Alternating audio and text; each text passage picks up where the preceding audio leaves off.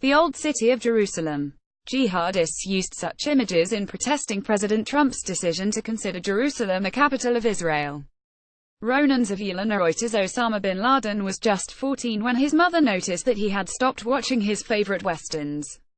She found him fixated instead on news reports about Palestinians, tears streaming down his face as he watched TV in the home in Saudi Arabia. In his teenage years, he was the same nice kid, his mother related.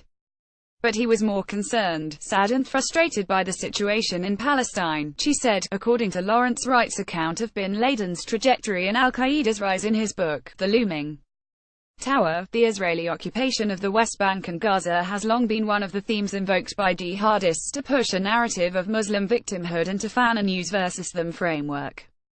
So it's of little surprise that Qaeda affiliates across the world reacted with venom after President Trump this week recognized Jerusalem as Israel's capital, a decision that was also denounced by Arab leaders.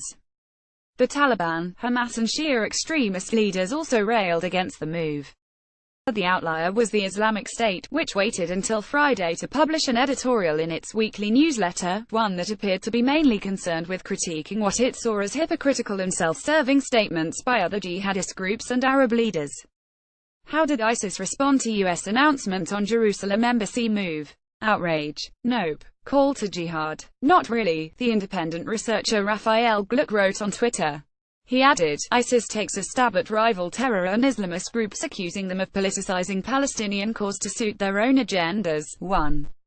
How did ISIS respond to U.S. announcement on Jerusalem embassy move? Outrage. Nope. Call to jihad. Not really. In weekly Naba newspaper, ISIS takes a stab at rival terror Islamist groups, accusing them of politicizing the Palestinian cause to suit their own agendas. Pic.twitter.com Papcorfair 5, Raphael Gluck at Einfall Deck. 8, 2017. The article published by the Islamic State began 60 years and Jerusalem has been in the hands of the Jews, and it is only now that people cry when the Crusaders announced today as their capital, according to a translation provided by the Washington-based site Intelligence Group, which monitors the group's propaganda. Are these cries over an issue to which they are accustomed to crying every time it is mentioned, it added. Or is it a new opportunity for the traders of faith and the fraudulent ones to raise their voices again? The Islamic State, also known as ISIS, argued that the focus should instead be on working to defeat the Arab countries ringing Israel, which they say, surround it the same way a bracelet surrounds the wrist, protecting the Jews from the strikes of the Mujahideen. Even as the Islamic State's official line played down the White House move, the group's followers in chat rooms on the messaging app Telegram have busied themselves making revenge posters.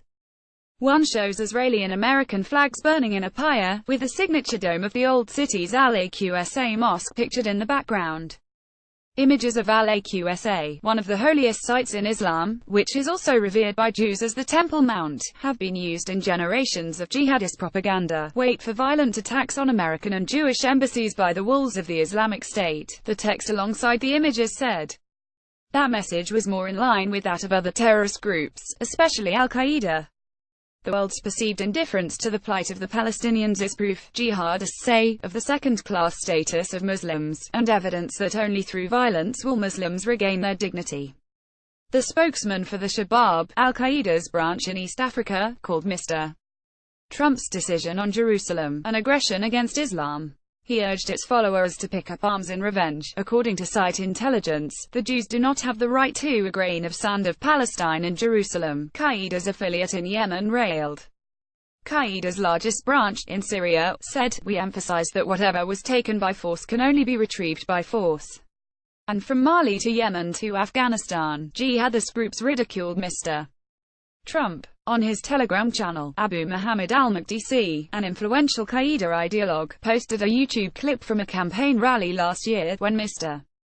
Trump appeared startled after hearing a commotion behind him. He called Mr. Trump a coward and an easy mark, urging future terrorists to do their best to surprise him.